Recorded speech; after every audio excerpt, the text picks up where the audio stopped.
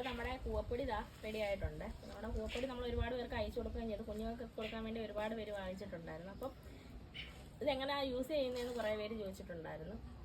അപ്പോൾ കുഞ്ഞുങ്ങൾക്ക് കൊടുക്കാൻ വേണ്ടിയിട്ട് നമ്മൾ പാല് തിളയ്ക്കുമ്പോൾ ഇത് ഒരു ഗ്ലാസ് എടുത്ത് അതിനകത്ത് 2 സ്പൂണോ എത്ര വേണ്ടതെന്ന് വെച്ചാൽ അത്രയും ഇട്ടിട്ട് നമ്മൾ നന്നായിട്ട് കലക്കുക. സ്പൂൺ കൊണ്ട് നന്നായിട്ട് കലക്കുമ്പോഴത്തേക്ക് നന്നായിട്ട് കലങ്ങും. അപ്പോൾ അത് തിളച്ച പാലിനകത്തോട്ട് ഒഴിച്ച് കഴിഞ്ഞ് കുറുക്കിയെടുത്ത് നമുക്ക് കുഞ്ഞുങ്ങൾക്ക് കൊടുക്കാൻ വേണ്ടി പറ്റും. അപ്പോൾ അതേപോലെ തന്നെ നമുക്ക് പായസം പോലെ ഉണ്ടാക്കിയെടുക്കാം. അപ്പോൾ ഞാൻ വിചാരിച്ചിന്ന് കുറച്ച് അലുവ ഉണ്ടാക്കിയെടുക്കാവുന്ന അലുവയല്ല ഒന്ന് വരട്ടിയെടുക്കാമെന്ന് വിചാരിച്ചു. അപ്പോൾ അതിന് വേണ്ടിയിട്ട് നമ്മൾ കൂവപ്പൊടി എടുത്തിട്ടുണ്ട്. നമുക്കൊന്ന് ചെയ്ത് നോക്കാതെ. അപ്പോൾ നമ്മുടെ ശർക്കരപ്പാനി ഒഴിച്ച് തിളച്ച് വരുന്നുണ്ട്. നമ്മുടെ കൂവപ്പൊടി ഒന്ന് തിളപ്പിച്ചിട്ടുണ്ടായിരുന്നു. അപ്പോൾ അത് നമുക്കൊന്ന് ഒഴിച്ച് കൊടുക്കാം.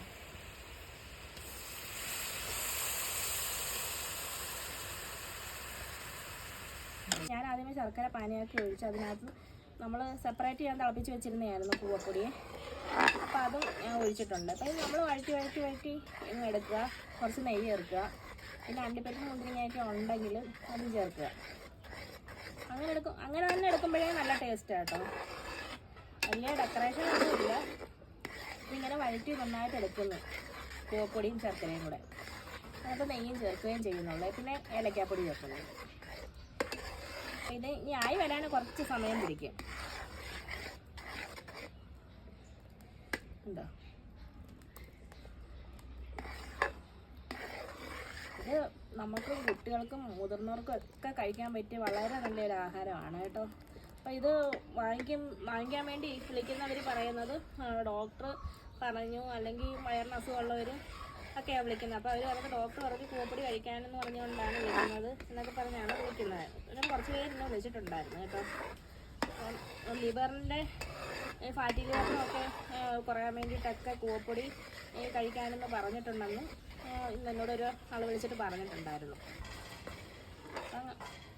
നമ്മൾ പണ്ട് മുതലേ ഇത് ഔഷധ ഗുണമുള്ള ഒരു നമ്മുടെ ആയുർവേദ മരുന്നുകളിലൊക്കെ ചേർക്കുന്ന ഒന്നായിരുന്നു കൂവപ്പൊടി. ഈ കൂവപ്പൊടി ഒന്നും ആർക്കും നട്ടു വളർത്തേണ്ട കാര്യമൊന്നും ഇല്ലായിരുന്നു. എല്ലാവരുടെയും വീടുകളിലേ സുലഭമായ ഒന്നായിരുന്നു കൂവപ്പൊടിയെ.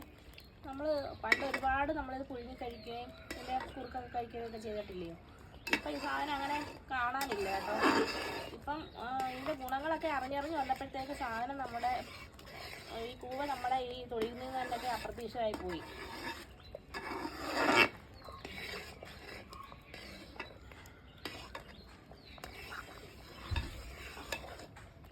നമുക്ക് ഇടയ്ക്കിടയ്ക്ക് കുറച്ച് നെയ്യും കൂടെ ചേർത്ത് കൊടുക്കാം കേട്ടോ.